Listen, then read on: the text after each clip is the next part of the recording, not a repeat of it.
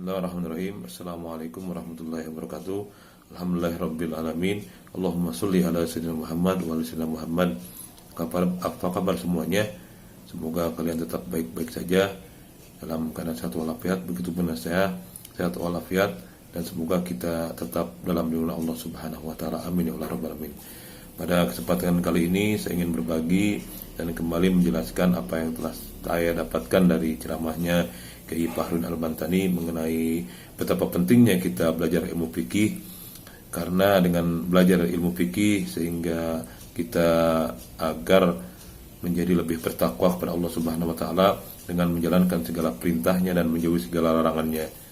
Adapun dengan belajar ilmu fikih sehingga salat kita menjadi benar, wudu kita menjadi benar, zakat kita menjadi benar, dan ibadah-ibadah lainnya menjadi benar. Dan pada kesempatan yang lain Kiai Fahrudin Al-Bantani menjelaskan tentang pengertian dari mazhab, yaitu hukum yang dikumpulkan dan ditetapkan untuk disampaikan berdasarkan Al-Quran dan As-Sunnah oleh para mujtahid ilmuwan muslim seperti Imam Syafi'i, Imam Hanafi, Imam Maliki, dan Imam Hambali. Kemudian pada kesempatan yang lain Kiai Fahrudin Al-Bantani menjelaskan bahwa mazhab itu sebenarnya itu kurang lebih ada 108. Namun karena murid-murid dari selain murid yang keempat mazhab yang ada itu, yaitu Imam Hanafi, Imam Maliki, Imam Syafi'i, dan Imam Hambali, murid-muridnya yang lain itu tidak membukukan dan mencatat, sehingga mazhab-mazhab yang lain itu menjadi tidak ada. Yang ada hanya mazhab Hanafi, mazhab Maliki, mazhab Syafi'i, dan mazhab Hambali. Kemudian pada sesi yang lain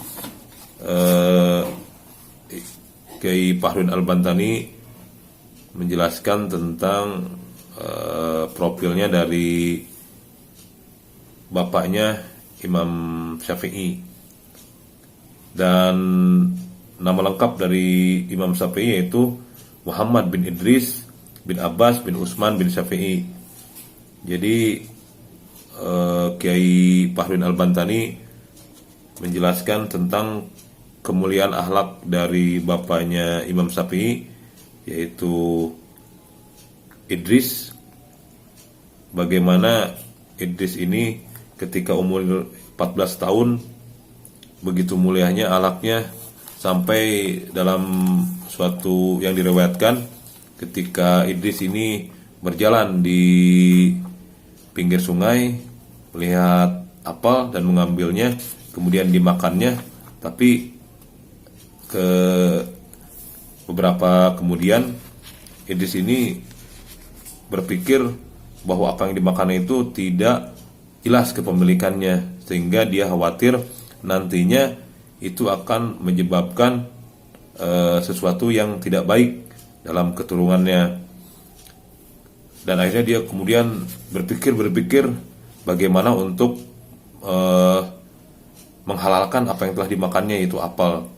Kemudian dia mencari ini di mana nih letak sumbernya apel ini jatuh. Dia mencari jalan, menyusuri jalan sungai itu untuk pohonnya ada di mana, dan akhirnya dia ketemu pohon apel itu, dan kemudian menanyakan siapa yang pemiliknya. Singkat kata, dia kemudian menemukan pemiliknya, yaitu yang bernama Abdullah. Setelah kemudian ketemu pemiliknya Abdullah, pemiliknya pohon apel itu, kemudian Idris berkata agar mau menghalalkan apa yang telah dimakannya. Namun Abdullah mengajukan beberapa syarat untuk menghalalkan apa yang dimakan oleh Idris ini. Kemudian syaratnya yang diajukan oleh Abdullah yaitu agar mau Idris mencangkul sawahnya. Dan akhirnya Idris siap untuk mencangkul semua sawahnya. Dan akhirnya setelah beres sawah yang dicangkul, Kemudian kembali lagi kepada Abdullah sang pemilik, gimana mau menghalalkan apa yang setelah saya makan? Jawab Abdullah, belum halal, karena saya masih punya syarat lagi agar Idris ini mau menanam padinya. Dan kemudian Idris menanam padi sampai panen dan sampai menghasilkan yang banyak gitu ya, hasil panennya itu. Kemudian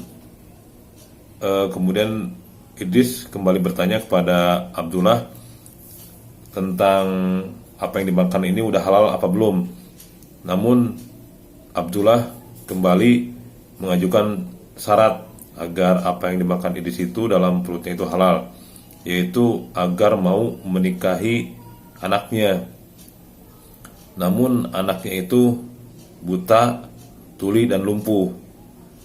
Dan akhirnya setelah diajukan syaratnya, Idris mau untuk menikahinya. Singkat cerita, akhirnya Idris menikah dengan anaknya Abdullah. Dan setelah ijab kabul sampai malam pengantin, maka Idris bertemu dengan calon pengantinnya, maksudnya dengan istrinya yang udah sah. Masuk ke kamar, ternyata istri yang di dalamnya itu adalah seorang wanita yang cantik gitu. Beda yang telah disampaikan oleh Abdullah bahwa anaknya itu buta, tuli, dan lumpuh. Dan kemudian kembali lagi Idris nih kembali menghadap Abdullah bahwa apa yang telah diutarakan bahwa anaknya buta dan tuli ternyata bukan, itu mah cantik.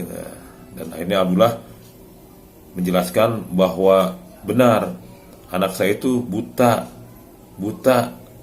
belum pernah melihat hal-hal yang buruk, tuli, belum pernah mendengar hal-hal yang tidak baik, dan lumpuh, dan belum pernah jalan ke tempat-tempat yang dilarang oleh Allah Subhanahu wa taala.